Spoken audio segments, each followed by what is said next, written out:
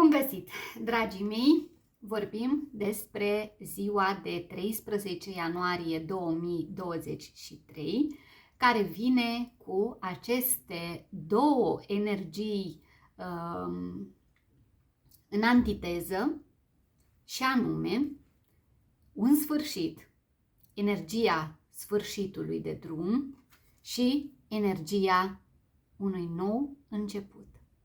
Deși atunci când vorbim despre această arcană destul de greu de înțeles de către unii, să știți că și ea vine tot cu finaluri, dar și cu începuturi.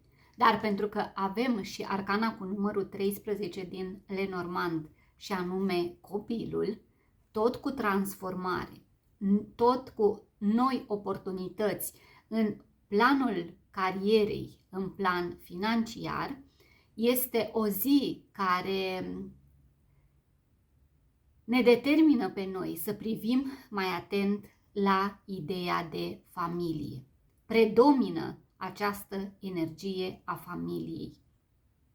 Poate mâine aveți interacțiune cu cineva în zodia Scorpion sau cineva în zodia Rac. Poate mâine un copil al vostru, un nepot al vostru, are de dus la îndeplinire o etapă din viața sa. De asemenea, ne mai poate trimite cu gândul și la aflarea unor vești mai puțin plăcute despre o boală a cuiva, despre un deces. Poate că participați unii dintre voi la o înmormântare, pomenirea cuiva. Vorbim despre un început și în privința unui job cu jumătate de normă, poate ceva genul, cum se cheamă, a fi dădacă, știți? Adică se duce pentru câteva ore, ceva temporar. Poate fi și meseria de profesor aici inclusă. Să aveți un pic de grijă în privința sănătății, deși arcana asta arată că aveți vitalitate și că aveți o sănătate bună, doar că poate fi afectat sistemul imunitar, pentru că, așa cum știți și voi, la copii sistemul acesta imunitar este mai slab. De asemenea, mai pot fi ceva probleme legate de bolile copilăriei, rujeolă, ce mai era, varicelă și toate celelalte. Ca și parte de corp, face referire la piele.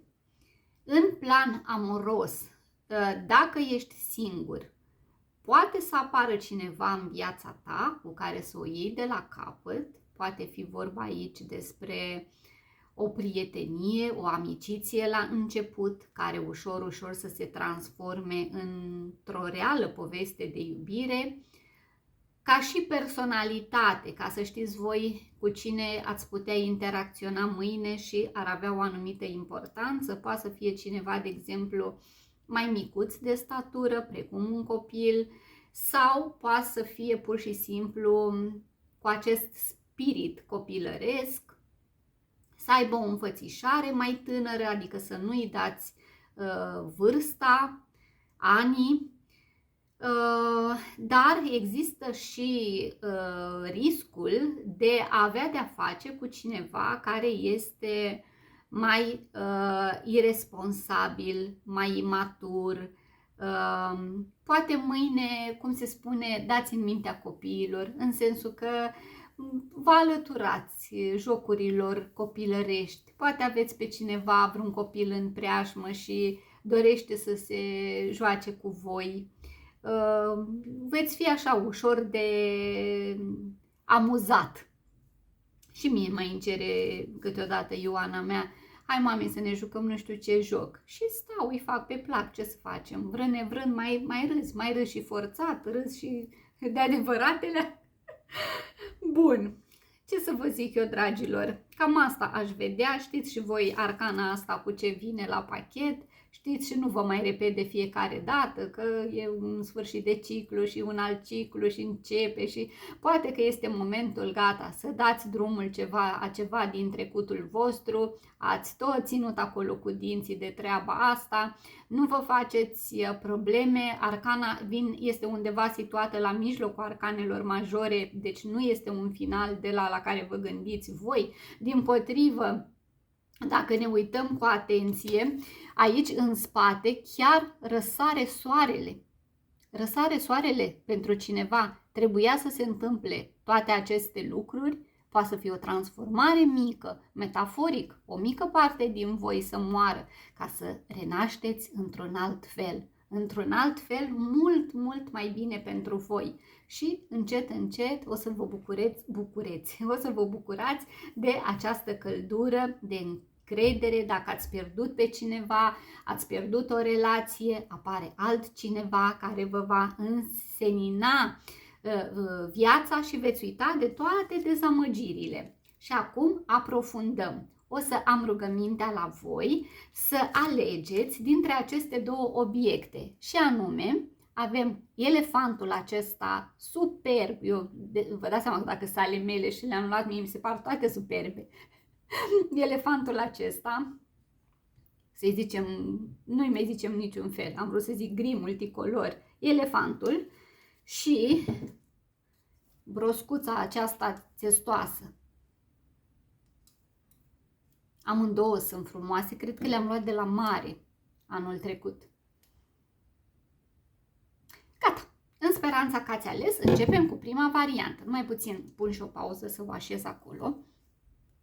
Gata, începem cu prima variantă, cu elefantul. Voi folosi arcanele de Lenormand și hai să vedem despre ce poate fi vorba mâine, ce aduce de fapt această transformare așteptată de unii, neașteptată de ceilalți, despre ce poate fi vorba.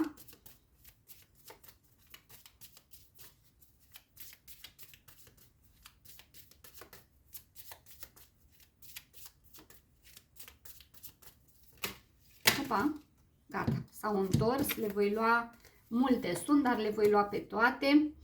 În primul și în primul rând văd semnarea unor documente, o soluție pe care voi o găsiți în sprijinul acestei finalizări de acte, tot ce poate însemna document juridic, document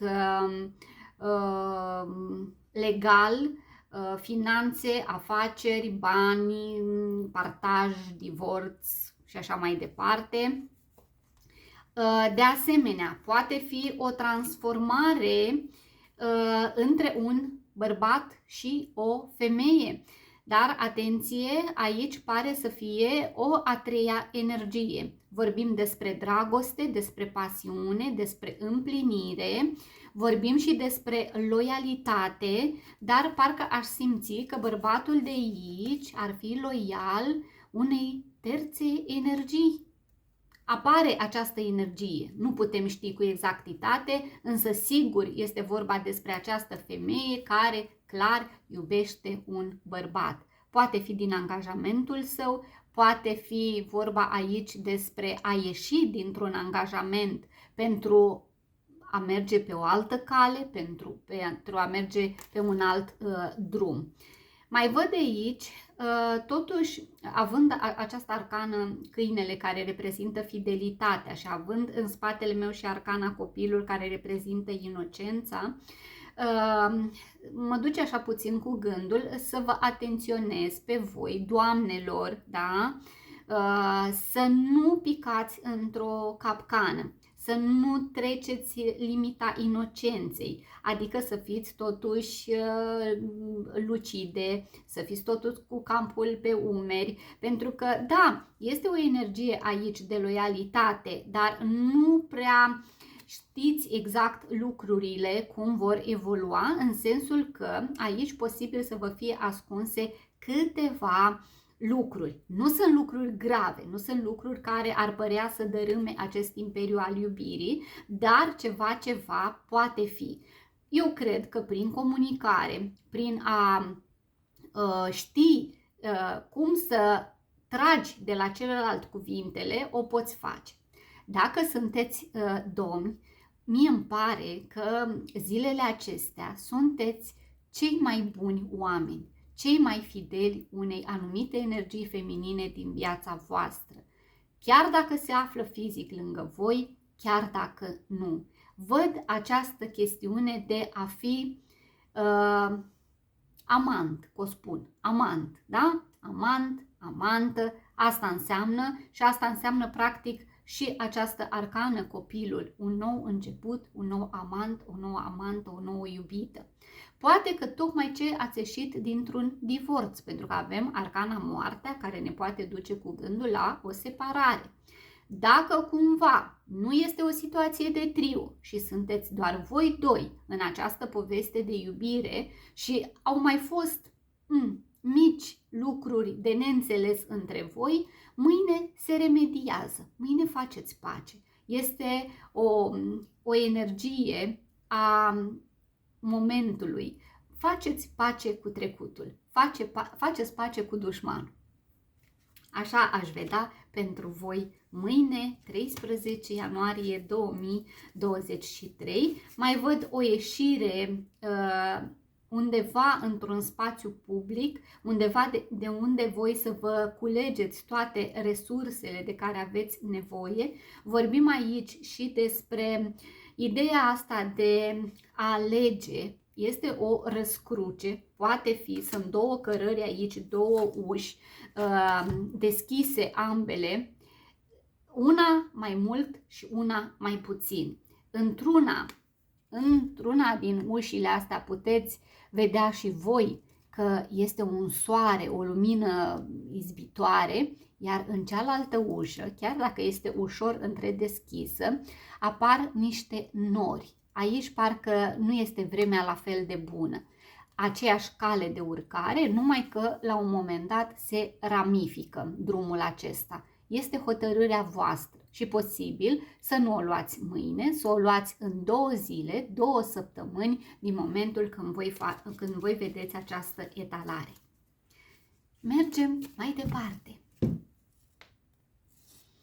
Pentru aceia dintre voi care ați optat pentru varianta 2 și anume broasca țestoasă, hai să vedem cu ce elemente suplimentare față de introducere vine ziua de mâine, 13 ianuarie 2023.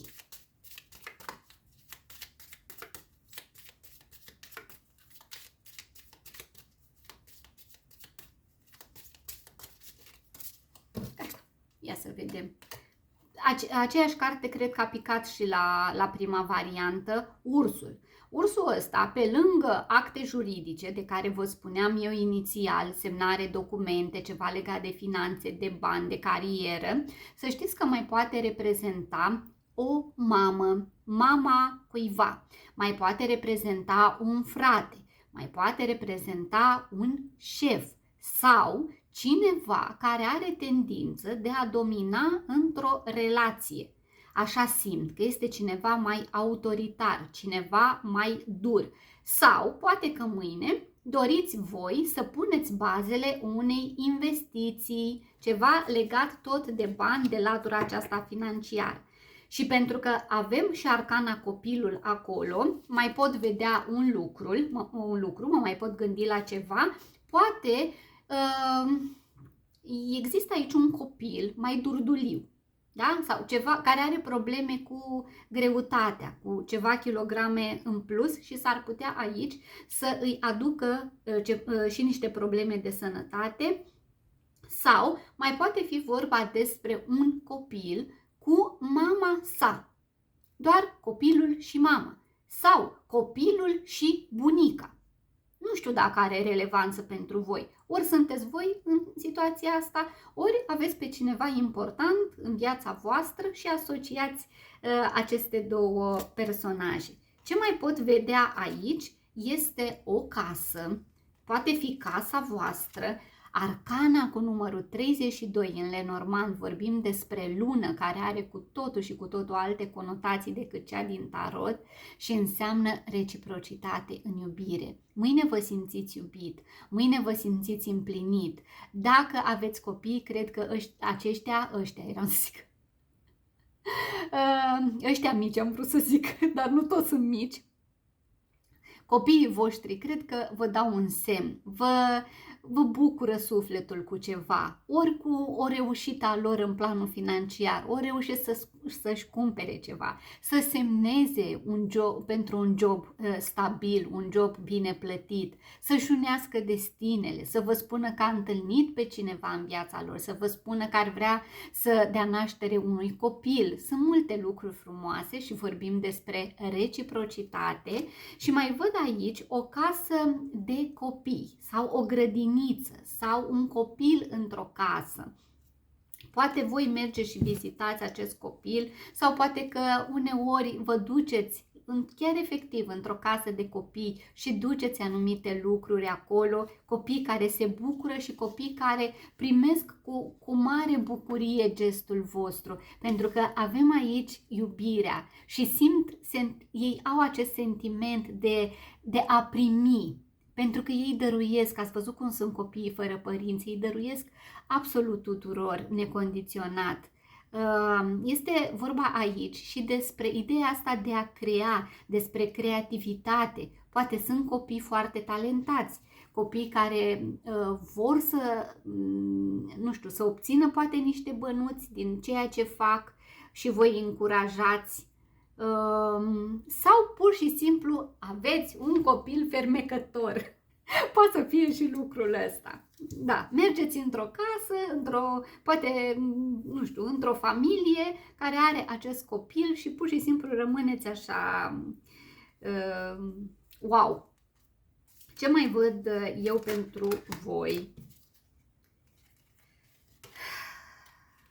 Văd un secret pe care îl țineți bine ascuns de mult timp. Și avem două cărți.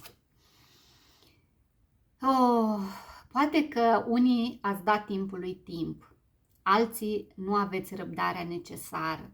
Așa este. Pentru că timpul, din păcate, trece și trece destul de repede și văd aici o discuție pe care voi ați purtat-o cu cineva despre o descoperire a voastră sau poate fi vorba despre niște studii în cazul în care discuția a fost purtată cu cei mai tineri, cu acești copii și care poate tot amână ceva, de exemplu amână o licență sau amână un examen important, amână să studieze ceva, să aprofundeze ceva și parcă nu mai este timp și tot poate îi sfătuiți în sensul ăsta. Uite, fă acum cât ești tânăr, după aceea apar copii, apar alte responsabilități și nu o să mai ai tu chef să studiezi sau să mai dai examene, ceva de genul acesta.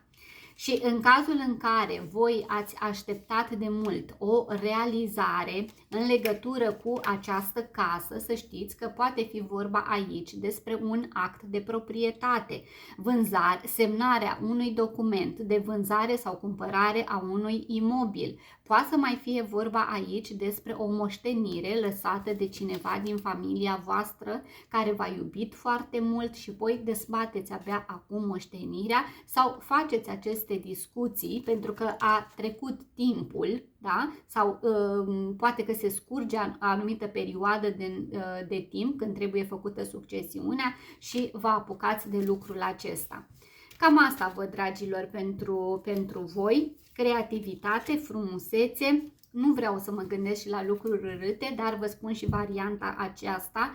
Poate că mâine o prietenă sau cineva se plânge că a avut probleme cu sarcina sau poate vă auziți despre faptul că a fost nevoită să facă o întrerupere de sarcină. Poate să fie și lucrul ăsta, pentru că avem arcana copilul, avem arcana cealaltă, moartea, care cam asta înseamnă. Bun, dragilor, atenție la lucrurile mici, pentru că ele pot duce la mari transformări și transformări pentru mult timp de acum încolo. Vă îmbrățișez cu mare drag!